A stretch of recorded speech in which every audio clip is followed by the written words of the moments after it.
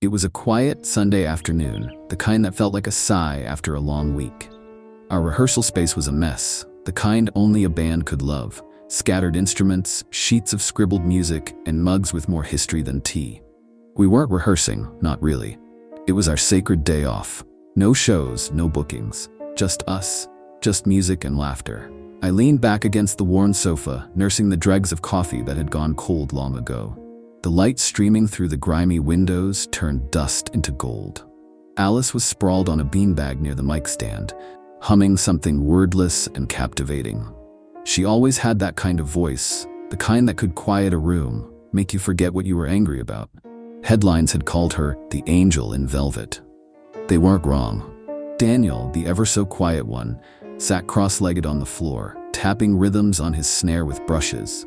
He rarely spoke, but when he played, he didn't need to. And Leah, she was at the piano, fingers dancing over the keys like she was casting spells. And Jay, Wild Jay, was fiddling with his bass pedals, somehow managing to spill tea and argue about vintage strings at the same time.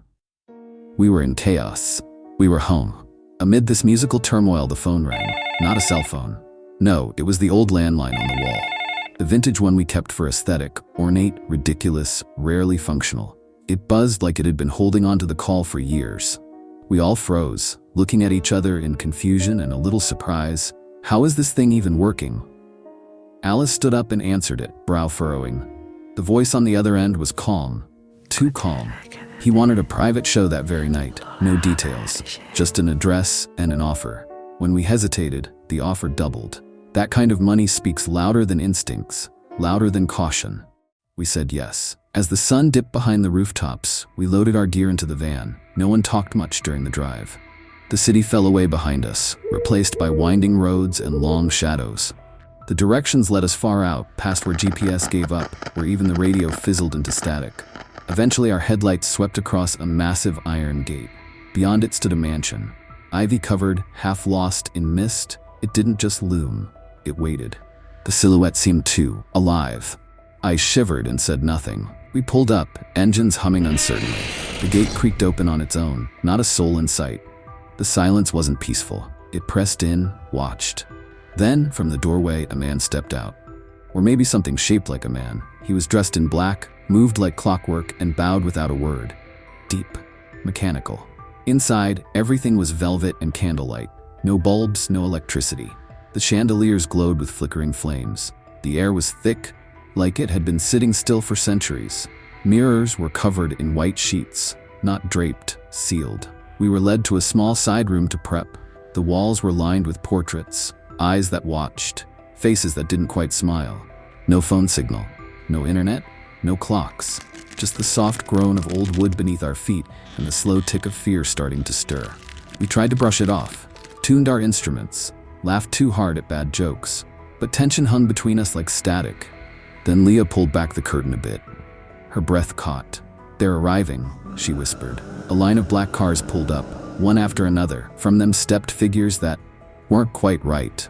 Too tall, too still, like mannequins pretending to be human. We exchanged glances. Something unspoken passed between us. We were already here. Might as well play. The ballroom was something out of a dream or a nightmare dressed as one. Soft smoke swirled underfoot. Candles flickered high above. When the lights rose and the crowd was revealed, my stomach dropped. They looked human, but they weren't. Their smiles were too wide. Their eyes didn't blink. Some had hooves, others fur where skin should be, claws peeking from cuffs of satin. They held champagne flutes in hands that didn't belong to people.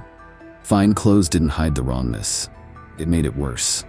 Leah collapsed, just fainted right at the piano. A discordant note rang out as she hit the keys, the sound echoing far too long. The crowd didn't move, didn't speak, just watched. A figure stepped forward, our client. His face held no expression, just two eyes blacker than any shadow I've seen. Alice rushed to Leah's side, whispered words I couldn't hear, and helped her backstage. The rest of us stood frozen. Daniel, of all people, broke the silence. "We play," he said. "We act normal. We get out." He was right. So we did. Alice returned, face pale, but her voice didn't shake when she began to sing. We joined her, hands trembling, hearts racing. We played like our lives depended on it. Maybe they did. The crowd erupted, but not with applause. with movement. Twisting, contorting, some floating inches off the ground, others leaping like beasts. Their joy was unhinged. Howls echoed, laughter that broke rhythm, limbs that bent in ways they shouldn't. I couldn't look too long, couldn't let it in, so I played. I kept my eyes on the neck of my guitar and played like I'd never played before. And when we hit the final note, the sound that came from the crowd wasn't applause. It was screeching. Joy twisted through teeth too sharp. But we didn't wait. We left. Instruments still warm in hand, we walked past the client. He was waiting at the door. His smile had grown. Too many teeth. No one said goodbye. We walked down that country road in silence, the dawn breaking over distant hills. The fog began to lift. Birds started to sing. I wanted to believe it had all been some sick dream. Then we saw him. A hiker, backpack slung over one shoulder.